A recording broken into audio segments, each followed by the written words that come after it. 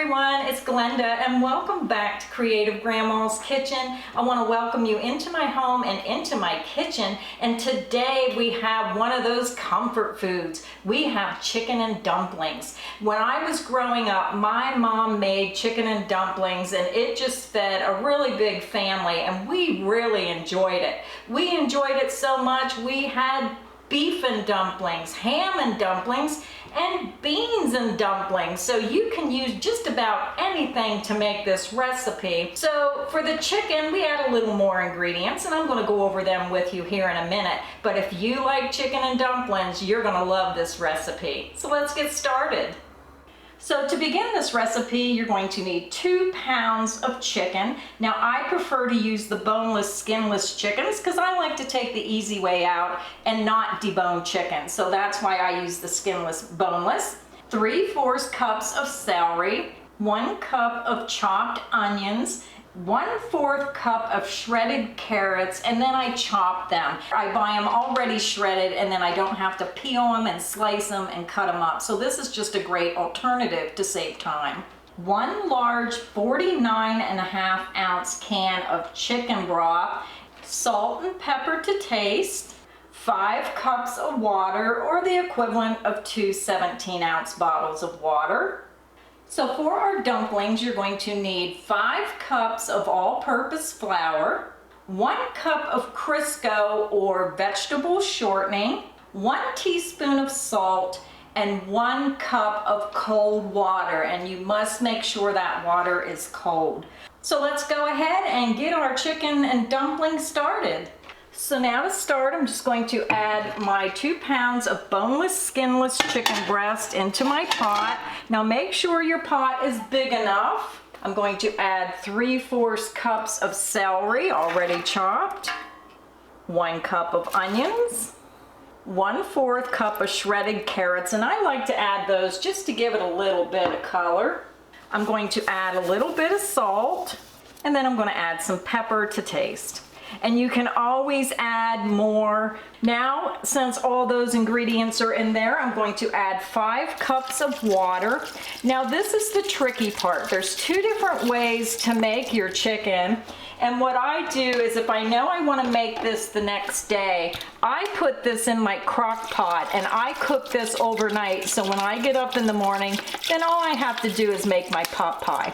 But if you're making this on the stove, once you start cooking this, that liquid is going to cook down. So kind of judge where your liquid is now and try to keep at least that much liquid. So you're going to have to add liquid as that cooks. If you're making it in a crock pot, then you don't have to add the extra liquid. So let's get the stove started. I'm going to cook this on medium heat, medium to high. Just watch it, make sure it don't cook down and burn your chicken. Always keep at least 5 cups of water in that chicken.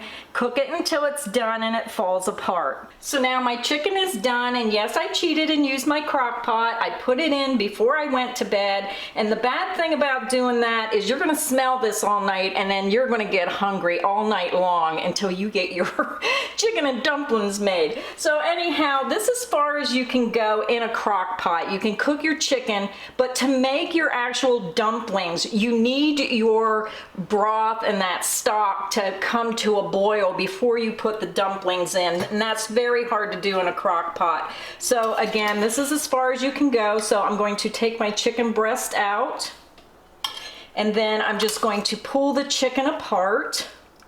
And this is what's nice about using skinless, boneless chicken breast, is because I don't have to stand here and debone it. I can just pull it apart and then throw it back in the pot. So it's very easy when the chicken is really done. You can just pull that apart, so easy. Now you can chunk it up, you can chop it. I just like to pull it apart. It depends on how big you like your chunks of chicken. I like mine kind of like shredded up so it goes all throughout the chicken and dumplings. So let's get this pulled apart and then we'll get it back in the pan. So now I'm transferring my chicken stock over to my soup pot, and be very careful, it's very hot. So now I'm just going to add that large can of chicken broth. So I'm going to use the whole can because when you're making those dumplings, the flour thickens your chicken broth. So you really want it nice and juicy. I'm going to add my chicken back into the pot. And this is the perfect time to go ahead and taste your broth. Now, if it's not chickeny enough, you can add some chicken bouillon to really bring out that flavor. But I think this is probably just about perfect. So I'm going to go ahead and just taste it. You're funny. So it has the perfect chicken broth taste, and with those flavors of that onion and celery and carrots, just add that really robust flavor to your chicken broth. So at this point, I'm just going to simmer this on low heat. Now, if you want to add some diced potatoes to your chicken and dumplings to make this a more filling meal, then go ahead and do that now. Just dice your potatoes and add the amount you want, but make sure you're saving enough room because that dumpling is really going to absorb a lot of this chicken broth. So now to begin our dumplings, I'm just going to add my Crisco or my vegetable shortening. You're going to put 1 cup, and then I'm going to add my flour. Now I'm going to add about half of my flour. And then I'm going to use a pastry cutter because you really want to blend that flour and that vegetable shortening Crisco together so you don't have any chunks of that shortening. So just keep blending it together until you can't see the Crisco. And now since I have it partially blended, I'm just going to go ahead and add the rest of my flour. Now 5 cups may seem like a lot of flour, but it's really not for this recipe. So I'm going to continue blending that. I want it to be really fine. So now since I have everything incorporated, you want to take your cup of water. Now I'm using cold water. Make sure it's cold, and we're not going to pour it all in at once. We're just going to add a little bit of water at a time until this forms into dough. So you may not need the whole cup of water, so just add it slowly. I'm going to put about half my water in, and then I'm going to get my hands right in there and get mixing up. So now I'm going to go ahead and add a little more water. I don't want to use it all. At this point, you just want to keep adding it and see how your dough is starting to form. My hand's tired. I should have put it in the KitchenAid. Yeah. Now I added the full cup of water and I'm still not happy with how my dough formed. So I grabbed a bottle of water out of the refrigerator. So I'm just adding a tiny bit of water at a time until I get it to the consistency I want. You really want this to have a nice, sort of like pie dough consistency to it.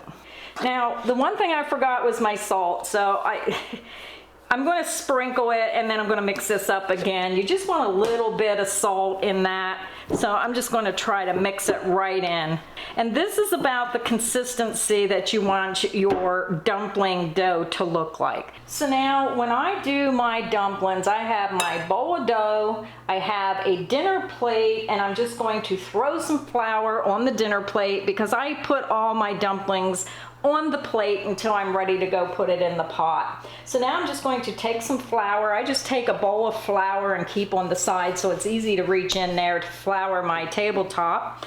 And then I'm just going to take a small amount. It's easier to do small amounts than to try to do too big of a portion at a time.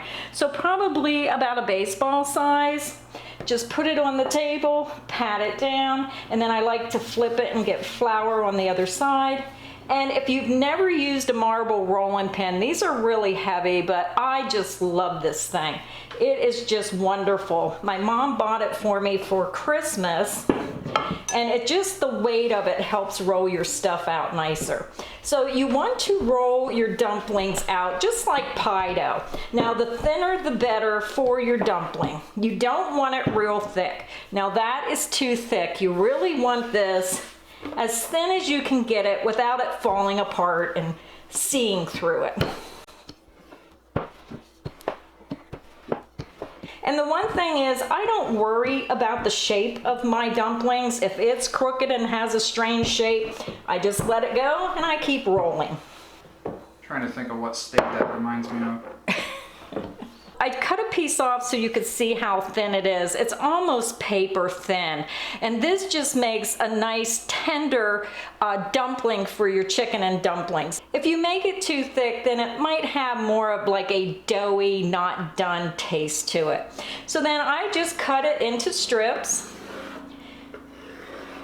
And then I just go the other way. I'm used to doing this on my countertops, and now I'm doing it on this butcher block table. And then what I do is just pick up my dumplings, throw them on the plate, and I layer it. Once I get a layer of the dumplings, then I put a little flour on top of them so they don't stick together. And then I continue rolling out my dough until I get all the dough finished. So now we're ready to add our dumplings. If you look inside my pot, you'll see that it's a rolling boil. And when you're making the dumplings, make sure you put them in one at a time. Now these dumplings have flour on them, so it's really going to thicken this up and make it almost like a chicken gravy. And it takes a little while to get your dumplings in there, but take your time and do it slow. And make sure you're never putting a dumpling in the same place that you just added one. Make sure you're stirring it around and just putting it in a different spot. This way it helps so they don't stick together. You can add as many or as few as you want. You don't have to use the whole plate of dumplings. So I'm just going to continue adding my dumplings one at a time, and then I take my spoon and kind of dip them down into that boiling broth. Now make sure when you're adding your dumplings that this continues to boil until all your dumplings are added.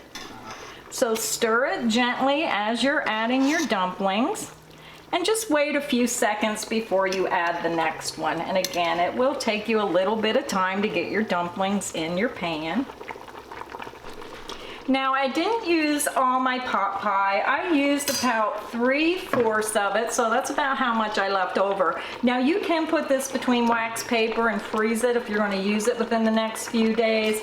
But I turned my heat down low because as you're adding the pot pie, you can see how thick this is getting, and it could scorch and burn if you keep it on high heat. So try to add those dumplings and then get that turned down on low heat as soon as you can. Now I'm going to simmer this for about 10-15 minutes. So as this cooks, if you find it's getting a little too thick, then just add a little more chicken broth to your pot, and then it should be good. So I'm going to go ahead and cook this, like I said, on low simmer heat for about 10 more minutes until my dumplings are fully cooked. So our chicken and dumplings is done. You can see how nice and thick this got. And again, if it gets too thick, just add a little more chicken broth. So I'm going to go ahead and lift some up on my plate. I can see that delicious chicken and all those wonderful dumplings. I hope everyone enjoyed today's recipe for the chicken and dumplings. Make sure if you like this recipe, you hit that like button, and make sure you subscribe so you don't miss any of the cooking fun here at Creative Grandma's Kitchen. See you next time in the kitchen.